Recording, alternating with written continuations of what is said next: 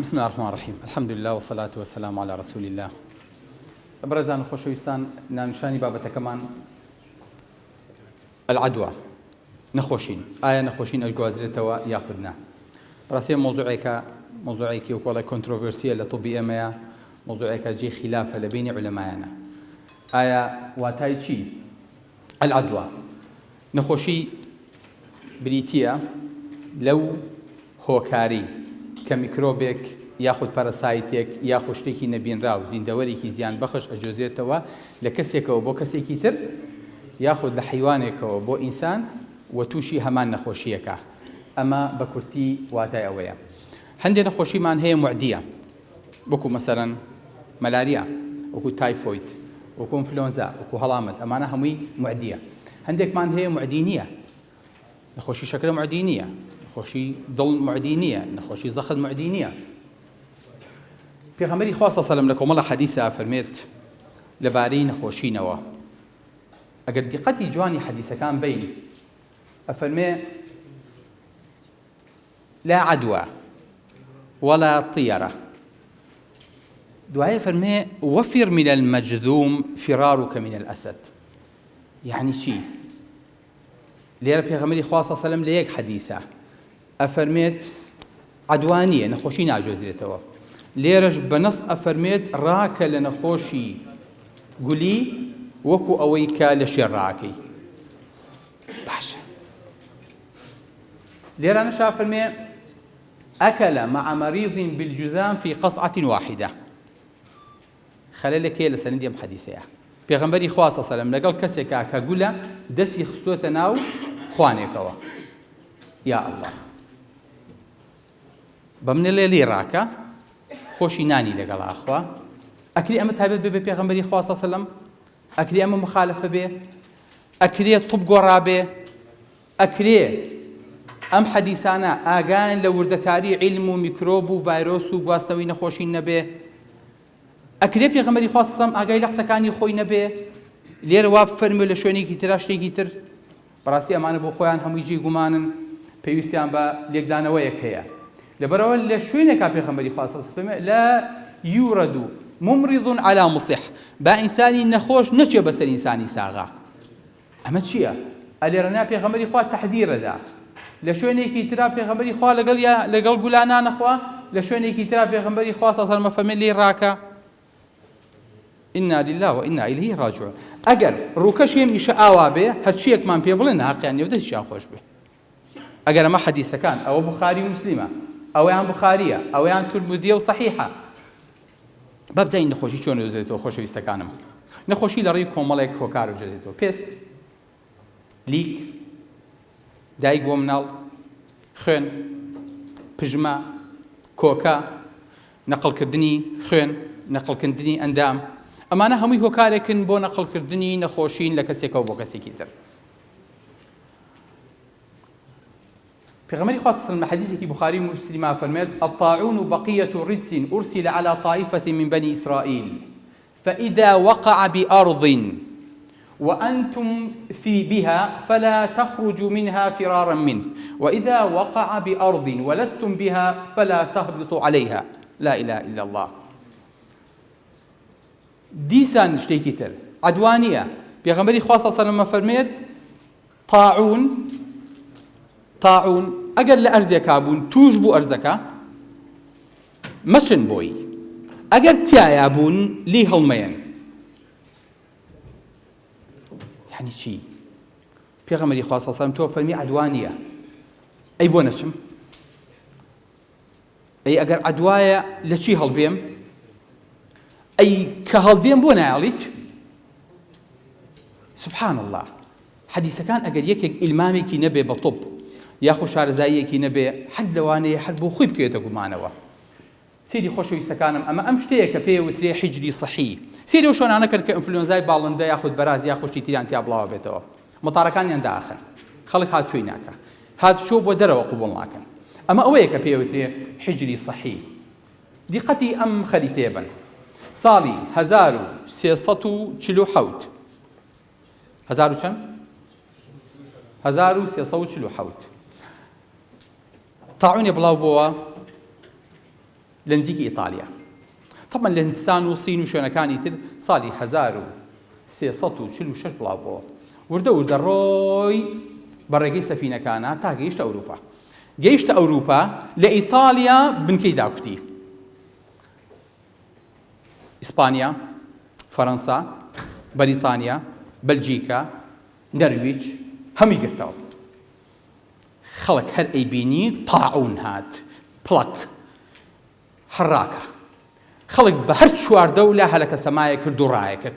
کەس نێزانی بۆ چۆڕاکە چی بکە. هەتا ئەم نەخۆشیەوە لە کەنارەکانی ئیتالیاوە گەیشتە ئەو پەڕی رووسیا. ساڵی 1351 لە ماوەی چەند ساڵە؟ 4 ساڵە. حربی عالەمی دووەم چەند ساڵی خایان؟ 4 ساڵی خایان. چەند کەسی کوشت؟ چەند کەس؟ ڕقم بڵێ چەند میلیۆن کەسی کوشت؟ 50 میلیۆن. بارەکە الله فیک. 55 میلیۆن. ئەم تاعونە لە ناو جەرگی ئەوروپایە لە کاتێکە هەموو بەشەریەت 450 میلیۆن کەسە بێنە بەرچاوی خۆتان. هەموو ئەوروپا و هەموو دنیا 450 میلیۆن کەسە. یعنی هێشتا نەگەیشتە ملیاری عەدەدی خەڵکی ئەو ساڵە. ئەم تاعونە 75 بۆ 200 میلیۆن ئینسانی کوشت. لە ساسی تا لە سا 60 ئەوروپای ئیبادە کرد. 200 ساڵ ئەوروپا هاتەوە ڕقمی خۆی. ئەزان ناڵم چی؟ یعنی وڵاتی ئیبادە بوو. نە بە کیمیایی وەکو هەڵەبجە، نە بە نەوەبی، نە بە هیچ شتێک. بەڵام وڵاتێک ئیبادە بوو. نا قەڕەیەک ئیبادە بوو. هەڕایانە کرد. نەیانەزانی حەلەکەی چییە، نەیانەزانی چی بکەن و چۆن لە دەستی هەڵبێن. بەم شێوەیە ئەوروپای گرتەوە. تەبەن نەخۆشەکەش لە مشکەوە دروستە بێ، بۆیە خوشکانمان ناحەقیان نییە زۆرە ترسن. ئەمە کە پێوترێ بلاک دێث، مردنی ڕەش. ئەم نەخۆشیە خۆشەویستەکانم کە بەو شێوەیە پەلی کێشاو بڵاو بووە، بەم شێوەیە بڵاو بێتەوە لە مشکێک و لە مێشولەیەکەوە. مشک و مێشولە. حسابی خۆتان بکەن. موسڵمانەکان لە کاتێکە تووشی تاعون بوون پێش ئەوانیش، پێش ئەوروپا. ئەوروپا طبعاً کە ئەمی بەسەر هات وتیان پێغەمبەری خوای ئێمە وا ئەفەرمێ ئەگەر لە شارێکا بوون تاعونی تیا بوو بۆی مەچن، ئەگەر لەوێ بوون لێی دەرمەچن. وتیان ئەگەر ئەم حەدیسەی پێغەمبەرەکەی ئێوەمان بزانیایە تووشی ئەو هەلاکە نابووین کە تووش بووین. تاعونی ئەماس بڵاو بۆ لە نزیکی قودس، شارێکە نزیکی قودس. ئەبوو عوبەیدەی جەڕاح چوومەتە خزمەتی قەبرەکەی لە مەنتەقەی خۆیان کە ئێستاکەنە لەو مەنتەقەیە نێژراوە. عومەری کوڕی خەتاب ویستی بۆی بچێ، دوایی گەڕایەوە وتیان عومەر ئەتەفر من قەدەر الله؟ قال ئەفر من قەدەر الله إلى قەدەر الله. لە قەدەری خوا ڕاکەم بۆ قەدەری خوا. پێغەمبەری خوا فەرمێ ئەگەر چوونە وڵاتێکەوە تاعونی تیا بوو تێیمەچن، ناچم. ئەمری پێغەمبەری خوا صلی الله علیه و سلم. ئەبوو عوبەیدە وفاتی کرد. سەیری کە ئیسلام چەند ئیهتیمام بەم نەخۆشییادا. ئەفەرمێ سەبر گرە، دانیشە، لە شوێنی خۆتا بمێنەرەوە. ئەجری چیت هەیە ئەگەر مردی؟ ئەجری شەهیدت هەیە. یعنی لە سەنگەرێکای براکەت ڕائەکە تەوەلی یەومە زەحفەکە، تۆ فەرمێ لە شوێنی خۆ نەجوڵی ها. چونکە بۆ براکانی ترە بەقڕەیەیت لە شوێنی خۆتا بە، لەبەر ئەجری شەهیدت هەیە. حەدیسەکەشی بخاریە. بۆ ئەوەی کە دڵە بەوە خۆش بهێستکەی لە سەنگەرێکا وەستاوی هەر کاتێکیش تاعونەکە گرتیتیەوە ئەتکوژێ بەخێر بێ سەر چاو. مشکلەم نییە. گرنگە ئینسان بەم ئیمان و ئێتیقادەوە لەگەڵ تاعونە تەعامولەکە. ئەبوو عوبەیدە وتی خوایە بەشی ئەبوو عوبەیدە بێ لەم شەهادەتە وفاتی کرد. مەعادی کوڕی جەبەل ئاڵاکەی گرتە دەست وفاتی کرد. دوای ئەوە عەبقەری ئوممە چێ؟ ئەمری کوڕی عاس فەرمی خەڵکینە ئەم نەخۆشی تاعونە وەکو ئاگر وایە. ئاگریش ئەگەر شتێکی دەست نەکەو بی سووتێنێ خۆیە سووتێنێ.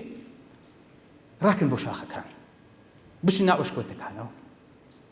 خەڵکی پەرد کرد، نەیهێشتن بۆی شارێک، بەس ناو شاخ، بەس ناو ئەشکەوت. خەڵکی پەرد کرد، ئەوەی مرد، ئەوەی نەجاتی بوو. دوای خەڵک لە شاخەکانەوە دابەزین. نەخۆشیەکە 25,000 کەسی کوشت. 25,000 کەس مقارنەی کە بەچەند؟ بە 75 بۆ 200 میلیۆن کەس. بەڵام چونکە ئێمە ئاگاداری حەدیسەکەین هەر لە ناو منطقەی شامە بە حەدیسێکی پێغەمبەری خوا صلی الله علیه و سلم هەموو نەخۆشیەکە کۆنتڕۆڵ کرا هەمووی قەتیس کرا لەو شوێنە بچکۆلیا و کۆتایی پێهات طاعونی عەمواس مەشهورە خۆشەویستەکانم بۆیە إلا كان له مثل أجر شهيد هەر کەسێ بۆ طاعونە بمرێ بەڵێ دەرنەچووینە خلافەکە مشکلەکار بۆ خۆیەتی چی پێغەمبەری خوا صلی الله علیه و سلم وەفدێکی لێ لە ثەقیفەوە لە طائیفەوە بەیعەتیان بە پێغەمبەری خوا دەسەخەنە ناو دەستی لەسەر ئیسلام و لەسەر ئیمان و لەسەر جیهاد پیاوێکیان تایە چییە؟ لیپرۆسی گولە یعنی چی؟ خۆیان پێڵین گول وەنیە مامۆستا جان؟ جان؟ نە بەڵەکاوی نییە گولیە ئەمە گولیە کابرایەکیان تایە گولە پێغەمبەری خوا صلی الله علیه و سلم فەرمێ چی؟ فەرمێ ئینا قەد بایعناکە فەرجع پێی بڵێن ئێمە بەیعەتمان لێ وەرگرت و خوا حافیزی بە بەخێر بەسەر چاوان بار نزیکمان نەکردەوە لا إله إلا الله يعني سەحابەیەک دێ پێغەمبەری خوا ئەو نەڕوشکێن بووە تۆ دیبانەیەتە پێشەوە بەیعەتمان لێ وەرگرت خوا حافیزی بێ قورسەوە نییە ئەی باشە خێرە پێغەمبەری خوا صلی الله علیه و سلم لەگەڵ سەحابەیەکە لەگەڵ پیاوێکی ترە پێغەمبەری خوا صلی الله علیه و سلم لەگەڵ گولێکی ترا دانیشێ ئەفەرمێ کل ثقة بالله بخۆ دەستخەرە ناو خواردنەکە و لەگەڵ ما بخۆ دەستی شێگرێ دەستخەرە ناو خواردنەکەەوە هەردووکیشیان هەر گولن وەلەمایان ئەمە لە مشکیانە جێ نابێتەوە حەقیشیانە چۆن بە گولێک ئەڵێ لێی ڕاکە بە گولێک ئەڵێ نەیتە پێشەوە بە گولێکی ترە لە فەرموو لەگەڵمان نان بخۆ لە عەقڵا جێ بێتەوە لە عەقڵا جێ بێتەوە ما لە شەرعا جێ بێتەوە لە مەتن و ڕێوایەتا جێ بێتەوە نەخێر بەس لە طوبا جێ بێتەوە پێغەمبەری خوا صلی الله علیه و سلم فەرمێ لا عدوى ولا طيرة ولا هامة ولا صفر سبحان الله سيدي حديثك چەند جوان هێناوێتی ئەفەرمێت لا عدوى نەخۆشی بڵاو نابێتەوە لە هەمان نصی حەدیثە بەبێ انقطاع هەمان ڕاوی هەمان قسە هەمان لەفظی جوانی پێغەمبەری خوا صلی الله علیه و سلم وفر من المذموم فرارك من الأسد ئەگەر وانە بۆیان و بابە ئەم دوو حەدیثە معارضەی یەکتریەکەن ئەم حەدیثە صحیح نییە چۆن لا عدوى لەولا شۆ فەرمێ لێی ڕاکە ئەو کەسانی کە تووشی لیپرۆسیە بن تووشی گولیە بن دەموچاویان ئەگۆڕێ وەکو دەموچاوی شێری لێ ئەمە دوو عالم دوکر دانیال و بۆیک لە ساڵی 1847 تا کەشفیان کرد ناویان نا لاین فەیس دەموچاوی شێر حەدیثەکەی پێغەمبەری خوا چەند وازحە ئەفەرمێ وەفر من المەجذوم فرارك من الأسد يعني ئەگەر دەموچاوێک بینی لە دەموچاوی شێرە چوو لێی ڕاکە إذا رأيت أنياب الليث بارزة فلا تظنن أن ليس مبتسم قشيري بيني داني درخسوان زاني بو بيكني فما قد دموچاوێک بینی دەموچاوی لیپرۆسی بوو گول بوو لێ ڕاکە وەکو چۆن لە شێر ڕاکەی ئەی بۆ شتێکی تری نەفەرموو توانی بڵێ وەکو چۆن لە ماڕ ڕاکەی لە دوو پشک ڕاکەی لە شتێکی تر نا بەس ئیشی بە شێرەکەی پێغەمبەری خوا صلی الله علیه و سلم باش ئەمە چییە؟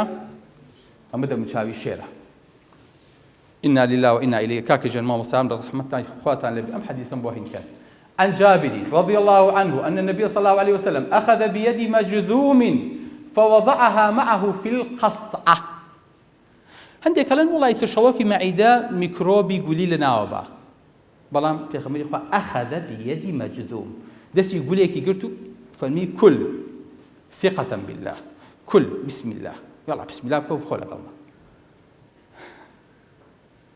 ما مستجن أم حديثة ضعفه الألباني والأرناؤوط بلا مشكلة من هي إمامي حاكم أفهمها صحيح على شرط الشيخين باش بو أفرمون ضعيفة أوان لبر أويك لقل حديثة كاني بيشوايق ناكاتوا بام جوابي أمتان بموخوشي يستكانوا WHO عليه نخوشي سيل دو جوري هي نخوشي كان هي بيوتري لیپرۆماتەس لیپرۆسی دانێکیشان پێوتێ توبەرکلۆید لیپرۆسی ئەو کەسەی کە تووشی گولی ئەبێ مەناعی بە قووەتە نەخۆشەکە لەسەر لاشی دەرناکەوێت چەند گرەیەکی بچکۆلە لە 5 گرێ کەمتر دەرەکەون مەناعەکەی بەقووەتە ئەم نەخۆشیە لەسەر پێستی ئەم نەخۆشە نییە و نەقلیش ناکا بۆ کەسی بەرامبەر.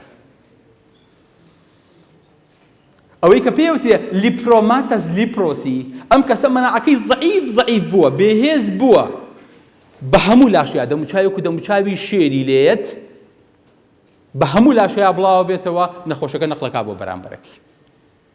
کەواتە دوو نەخۆشی گولیمان هەیە، یەکێکیان پێوتێ لیپرۆماتەس لیپرۆسی، ئەمە دەموچاوی شێرە و نەخۆشەکە نەقلەکە. ئەوەی دووەمیان کۆمەڵێک گرەی بچکۆلە لە 5 گرێ کەمتر نەخۆشی نەقڵ ناکە، لەگەڵ تا نانەخوا، لەگەڵ تا کۆ بێتەوە، خێزانتە، مێردتە، لە مەکتەبەکە لەگەڵ تا هیچ کەشەیەکی لەگەڵیان نەبێت. واضحە باوکی من؟ ئەمە دەموچاوە شێرەکەی لیپرۆماتەس لیپرۆسی، ئەمە دەموچاوی تیبەرکڵەکەی، ئەمەیان نەقڵە بێ بۆ بەرامبەر، ئەم نەقڵ نابێ. لەبەرەوەی ئەمەیان توانی نام بخۆیت، توانی کۆبیتەوە، توانی جێی بۆ ڕاخیت، توانی خەزنەتشی. هەردووکیان هەر چین، هەردووکیان هەر لیپرۆسین، هەردووکیان هەر گولین. لێمان تێک نەچی ئایزەکانم. بۆیە ئەوەی پێغەمبەری خوا صلی الله بەسێتی ئێمە بە کورتی بڵین لە خزمەتی جەنابتان ئەوەیە کە لا عەدوە، یعنی عەدوان نەقڵ نابێ بە ویستی خوا نەبێ، بە ئیرادی خوا نەبێ، چونکە ئەوەی تەحەکوم بە عەدوا ئەکا دوو شتە، یەکەم میکرۆبی بەرامبەر، دووەم مەناعی خۆم. هەر کاتێ مەناعی من بەقووەت بوو نایەڵێ عەدوا تەئسیر لە لاشەی من بکە، لەبەرەوە هیچ شتێکی بۆ نامێنێتەوە. بۆیە فەرمێ لە حەدیثێکە لا یعدی شەیء شەیئا، هیچ شتێ نەقڵ نابێ بۆ کەسێکی تر. خوا هەڵامەت منزیکم مەکەوە، وانە ئەگەر خوای گەورە بۆ، چونکە مەسیری ئەم هەڵامەتە چییە؟ سێ شتە. ئەو کەسی بەرامبەرتەوە هەڵامەتی هەیە، نەخۆشیەکی هەیە، یان ئەوەیە توش دەکا بەشێکی تەواو میکرۆب تیا بێ و تووشەبی، یان ئەوەیە ئەبی بە هەڵگری میکرۆبەکە و ئەیدی بە کەسێکی دووەم بەبێ ئەوی لەسەر خۆ دەرکەوێ، یاخود بەشێکی ئەو نە کەم تیا تێ لە نەخۆشیەکە مناعی دش دروستەکەیت و قەت تووشی نابی. یعنی تەطعیمی کردی ئەو کەسە، کوتاییتی دژی نەخۆشیەکە. واضح حەڵم چی؟ بۆیە لا عەدوە، عەدوا نییە. کەواتە من لە چەندێکە احتیمالم هەیە، لە 130 احتیمالی توشبوونم هەیە، بەڵام لە 130 احتیمالم هەیە بەرامبەر مناعەت دروستکەم، لە 130 لەوانەیە بم بە هەڵگری نەخۆشیەکە، لە 130 لەوانەیە ئەسڵەن هەر توش نەبووم و باید بێ بەلای جۆمە بڕوە. بەڵێ خۆشەویستەکانم، ئەمە شێوازی نەقڵبوونی نەخۆشیە. ئێستا عولەمایان سوودیان لەم دیادەیە وەرگرتووە میکرۆب بهێنن، زەعیفێکن، یان پرۆتینی میکرۆب بهێنن، یاخود ناوکی میکرۆب بهێنن، یاخود دیواری میکرۆب و بەکتریایانن ئەیکەنە لەشی مناڵەوە بۆ ئەوەی تەطعیمی کەن دژی شەلەل، دژی سیل، دژی نەخۆشیەکانی تر. باشە باوکی من؟ بۆیە ئینسانی مسلمان هەر کاتێ بەم قەناعەتەوە ژیا، هەستەکات لا عەدوە ئیلا بئیذن الله. کابرایەتە لای پێغەمبەری خوا، کابرا پرسیارە کاڵێ وەڵی مامۆستا جا خۆم پرسیارانە کاتی خۆی نیازانێ. کورم پرسیارە زانی چێ کردوێتی؟ ئەم پرسیارە کابرایەکی سەحابی بادیە ئەعرابی هاتووەتە لای پێغەمبەری خوا، پێغەمبەری خوا سەڵام فەرمی لا عەدوە، نەخۆشی بڵاو نابێتەوە. ئەڵێ پێغەمبەری خوا کۆمەڵێک حۆشترم هەیە، ماشەڵڵا ئەڵێی بەرخن، ئەڵێی ئاسکن یەن و ئەچن، دانەیەک تووشیانە بێ گەڕە، هەر دایمە خورانی هەیە، خۆشمانی کە زۆر خۆی بخۆرێن ئەڵێ گەڕ بووە، وەنییە جەرەبە، ئێمە پێڵین سکەیبیس، هەمووی تووشەکە. یعنی ها ئەی پێغەمبەری خوا بۆ تا ئەمە نەهاتە ناویان کەسیان توش نەبوون؟ پێغەمبەری خوا پرسیارەکەی زۆر وازحە فەرمێ فەمەن ئەعەدە الئەوەل، ئەی یەکەم نەخۆش شێ تووشی کرد، ئەمان ئەو تووشی کردن، ئەی یەکەم لەکوێوە هاو. لەبەرەوە کەس با نەزانێت کە ڕەخنەیەکە گرێ و شتێکی پێیە جوابەکەی 1400 ساڵ لەمەوە پێش دراوەتەوە، بەس بەداخەوە عەقڵی ئێمە پێی پێنابا. أقول قولي هذا وأستغفر الله لي ولكم. السلام عليكم ورحمة الله وبركاته.